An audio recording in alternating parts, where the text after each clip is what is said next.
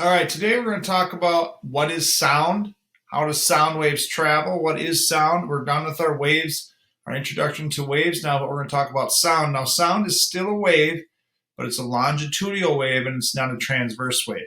So after today's lesson, you should know what is a sound wave, how does a sound wave travel, how does the human ear hear sound, and how can you protect your hearing. So the first thing is, what is sound?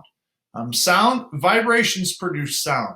A vibration is the back and forth of an object, regardless of the sound that made the sound or the intensity of the sound, vibrations are involved.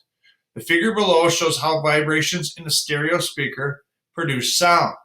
So if we take a look at a speaker, if you ever put your hand next to a speaker, you can feel those vibrations, that subwoofer or that sub vibrates. So the first thing that happens is electrical signals make a cone in the speaker vibrate. During the first part of the vibration, the cone moves forward. It pushes air particles together. This, when they put them together, remember that's the compression, and when they're further apart, that's the rarefaction. This produces an area of high density and air pressure called the compression. The second part is, during the second part of the vibration, the cone moves backwards. The air particle near the cone becomes less crowded. This produces an area of low density and air pressure called the rarefaction. Remember, a sound wave is not a transverse wave. It doesn't go up and down. It's more of a longitudinal wave. It's parallel that goes back and forth. Each vibration of the cone produces a compression and a rarefaction. The compressions and rarefactions travel away from the speaker. This is how the sound from the speaker is transmitted through the air. So this is how sound waves are created. Now remember, sound waves are mechanical waves. They need a medium to travel. So if you're in space and you're in a vacuum and I'm trying to talk to you, you would not be able to hear me because there wouldn't be any particles to vibrate. So remember that sound waves, they need a medium to travel. Let's take a look at the reading check number one.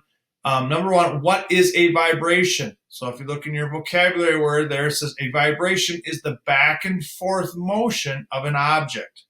Let's take a look at number two. It says identify. For speaker C, circle the compression parts of the wave. So the compression parts would be right here, right here, right here. Those are the compressions. Remember, these are compressions, and these right here are rarefactions. All right? Okay, the second thing we're going to talk about now is how sound waves travel. Remember what I said? I said a sound wave is a longitudinal wave caused by vibrations that move through a substance. Remember, longitudinal waves are parallel. They go back and forth. Longitudinal waves are made from compressions and rarefaction. These particles in the substance vibrate back and forth along the path of the sound wave travels. Sound is transmitted through the vibrations and collisions of the particles. Remember, with a wave is transferring energy. When we send that energy through, it vibrates the particles. You'll have your compression and you'll have your rarefaction.